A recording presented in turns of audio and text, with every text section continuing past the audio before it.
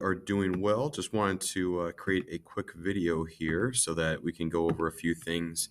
Hopefully, will be really helpful for you. What you're going to see right here is we're kind of picking up during this time of manifest destiny, and we just got done talking about the Mexican American War and the aftermath of that.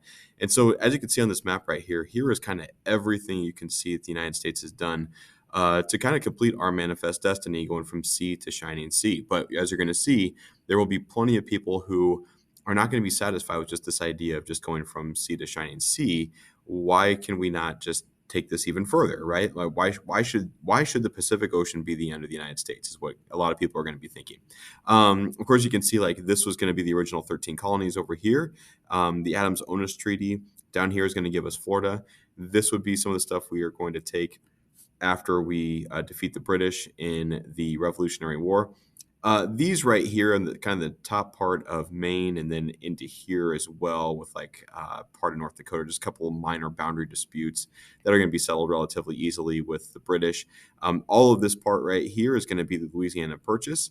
And then, as you know, this whole area right here is going to be won as part of the Mexican Cession given to us from Mexico after we defeat them in the Mexican-American War. And then we have a relatively easy ability to take some of this land with a negotiated settlement with the British. No fighting involved to set this boundary line that we're familiar with right now, giving us the Oregon Territory right there. Okay, so let's get into this. We know that one of the things we have to realize as well is that once we take this land right here, the Mexican Cession, the question we always had to ask ourselves, and even when we took this area over here with the Louisiana Territory, we had to ask ourselves, are we going to allow slaves or not in these territories? Will slavery be allowed? So let's kind of dive into how the United States is going to handle some of this stuff. So you should have some note packets in front of you. Should be your slavery expansion and tension note packets. So we'll see if we can go through here and make some sense on what is going on here. All right, so the first thing you're going to want to take a look at here is this is the Wilmot Proviso of 1846. Now, this is done during the Mexican-American War. Everybody kind of had an idea that when we were fighting Mexico that we were going to defeat them. It doesn't end technically the war until 1848, but everybody kind of had an idea that, all right, we're going to fight this war. We kind of know what we're going to try to take because we know what Polk was all about. He's all about expansion. We know we wanted to take this area here. And so how are we going to deal with this? How can we get out ahead of this if we kind of know what the situation is going to be as far as us defeating Mexico? Completely, everybody was expecting that. So David Wilmot is going to be a guy right here that we're going to want to kind of be familiar with. David Wilmot was actually a Democratic congressman from Pennsylvania, but David Wilmot did not really like slavery. So he's going to propose something called the Wilmot Proviso, named, of course, after him. And what this is going to say is, as you can see right here, that all of the land that we gain from Mexico, all of this right here, we're going to say that he's proposing there should never be slavery allowed here. Okay. So this is a pretty controversial thing and it's pretty big. Now, please understand that he is a congressman. Excuse me. Yeah, he's a member of the House of Representatives. So he is going to have actually a lot of backing from people up in the north because they had the biggest population base. Remember, the House of Representatives is going to be based upon population, that he's going to have enough people to go ahead and go along with him and propose and then pass this in the House of Representatives saying that no, there's not going to be any slavery allowed. Of course, the problem with this is going to be that it has to pass the Senate. Now, something we've talked about repeatedly in this class is that it was always important for the slave states to make sure they had an equal number of slave states to every free states that are going to be around, because you had those two votes that could go along with it and try to cancel out any legislation that might be anti-slavery coming through Congress. So it's going to die out in the Senate for the reasons I just talked about. It's not going to be able to get enough votes from those southern states that all had those two senators each. So it's going to die out here. Now, please understand that David Wilmot is not going to be like a super like big abolitionist. Okay, there were people who were going to be against slavery, but it wasn't because they didn't necessarily think that people should own slaves. I know it seems very strange, and we're going to talk about that a little bit more here in just a couple of moments.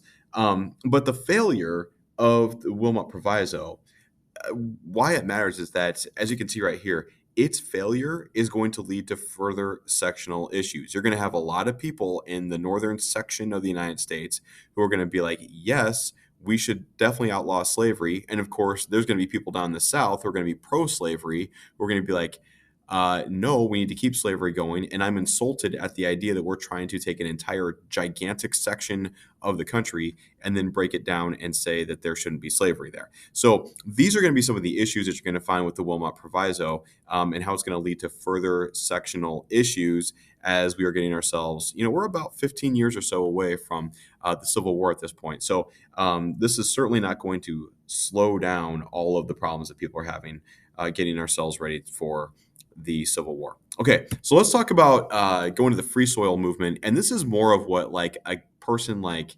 David Wilmot was. There's a number of people who are going to be free soilers. So please understand that a free soil person is somebody who said they want to stop the spread of slavery. So a free soiler would have been definitely people who would have said, don't allow slavery into the Mexican cession. Okay. And as I have right here, that a lot of them are going to be not necessarily anti-slavery people. There are going to be plenty of people who are going to be looking at this and they're like, I don't want slavery to spread, but it's not because I have a real moral objection to slavery. What they wanted instead was a free soiler would say, we have this new territory. Again, David Wilmot would have been a part of this. Actually, Abraham Lincoln would have been an early supporter of the free soil movement as well, where they're just saying, we just don't want it to stop. We just don't want it to spread into the territories. So basically, where slavery already was down in the South, in those states, a free soiler is not necessarily coming in and saying, hey, you need to get rid of slavery there. They're not saying you need to have abolition in those areas. What they're saying is we don't want to see it spread into new areas. And again, it's not so much that they had a real moral objection to it. It was really this right here. We've talked many times about how there were going to be, especially down in the South, there are going to be farmers, and even up in the North to a certain extent, you're going to have poor farmers who are going to have a hard time finding land. Now, especially if you're in the South, you're going to have a really hard time finding that land because a lot of it is going to be built. You're going to have plantations there. You're going to have a lot of slaves. They're going to be taking up doing the land or using the land that farmers would be using to help out their slave masters. And so, what they're looking for is that if we're going to take this new land, they're looking for an area, as you can see right here, they're calling it kind of a white west, where white people wouldn't have to sit there and contend with slaves for jobs when it comes to farming or anything like that. They are looking for an area basically as more opportunities for white people where they're not going to have to be like, oh, I can't get a job here. I can't farm here or whatever because there's too many slaves that are already taking up the jobs. They're kind of looking at this as like an area for more white opportunity is probably the best way to think about a free soiler. I do want you to see this picture on the right. This picture on the right was actually showed up on the AP exam a number of years ago, and a lot of people it was a DBQ document, and a lot of people misunderstood what this was. A lot of people thought that this was supposed to be Abraham Lincoln. I can understand why you would think that. It's kind of looks like Abraham Lincoln. But if you see what's going on here, it says forcing slavery down the throat of a free soiler. Remember, free soilers do not want to have slavery. And you can see right here, it says murder, help, neighbors, help. Oh, my poor wife and children. So what you're seeing is a lot of leading Democrats here. Remember, Democrats at the time were going to be big time in favor of trying to get slavery expanded. They were big proponents of slavery, that kind of a thing. You're seeing some of the leading Democratic people being politicians at the time being characterized in this as being like culpable of trying to force basically slavery down the throat of the people. Okay, you're also going to notice that something seems kind of weird here. Right here it actually says Democratic platform. So they're saying like slavery and the spread of slavery is kind of like the entire thing that the Democratic Party is all about.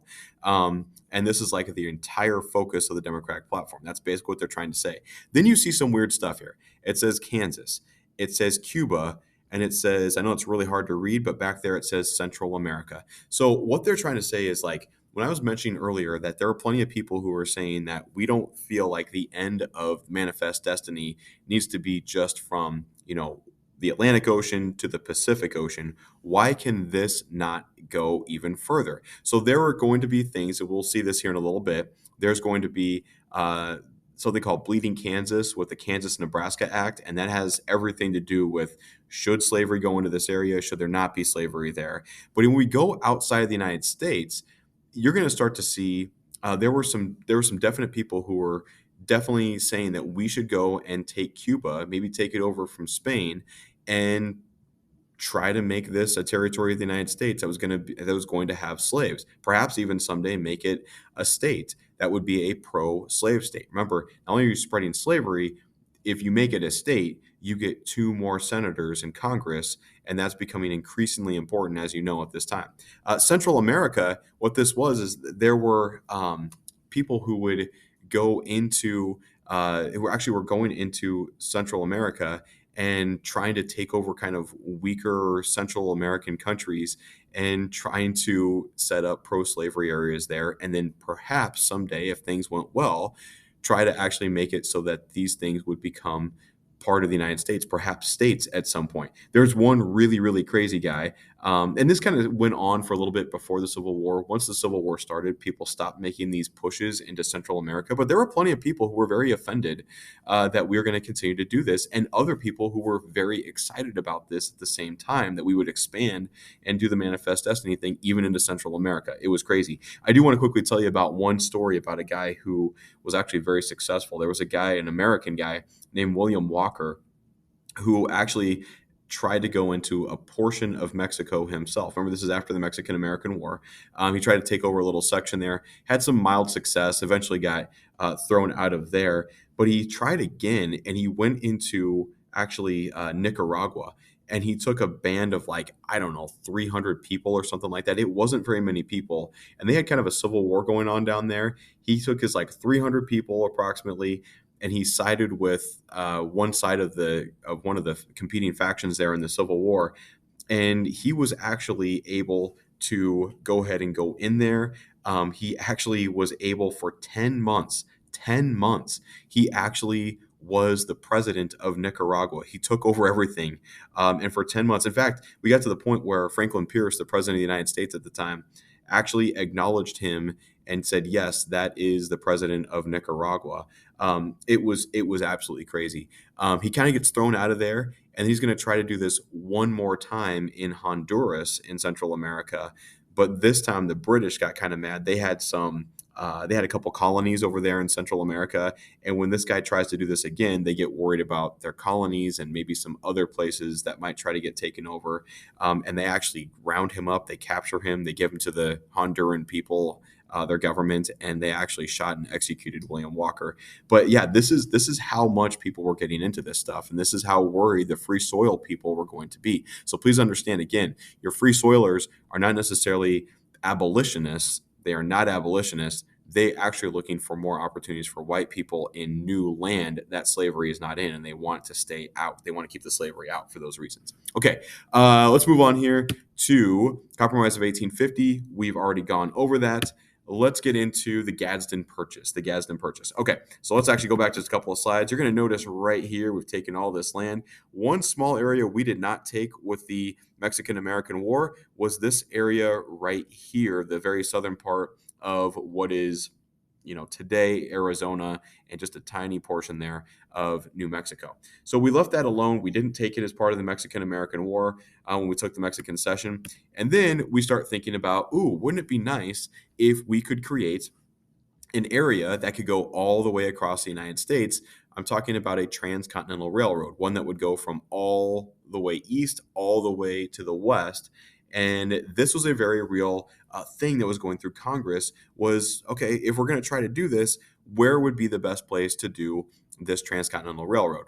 Well, there's a lot of different ideas. One of them was to come through the southern part. The Southerners love this idea. But they started realizing if we're going to go through the southern part here, the area that we actually took as part of the Mexican Cession was really difficult land to work with, very rocky, hilly, really tough to actually try to put a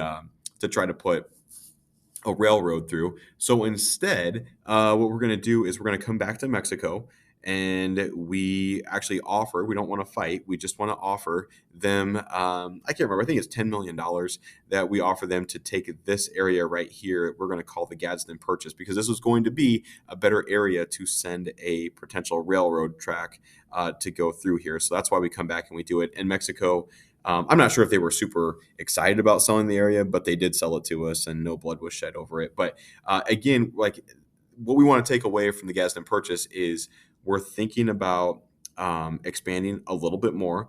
This time is try to connect the country, and what's the best route to do this? There's going to be a lot of like arguing in Congress between the North and the South of who should get the Transcontinental Railroad. Because if you could do that, you're going to have a lot of power up there. But this fight over the Transcontinental Railroad is going to continue. It's going to take us into the Kansas-Nebraska Act. Now, I do want you to notice, guys, when we think about how we're going to deal with slavery, I'm just going to close with this. Then you're going to look at the Kansas-Nebraska Act on your own. But as we close with this, please understand that the Kansas-Nebraska Act is going to be an example of Congress trying to solve the slave issue here. Okay.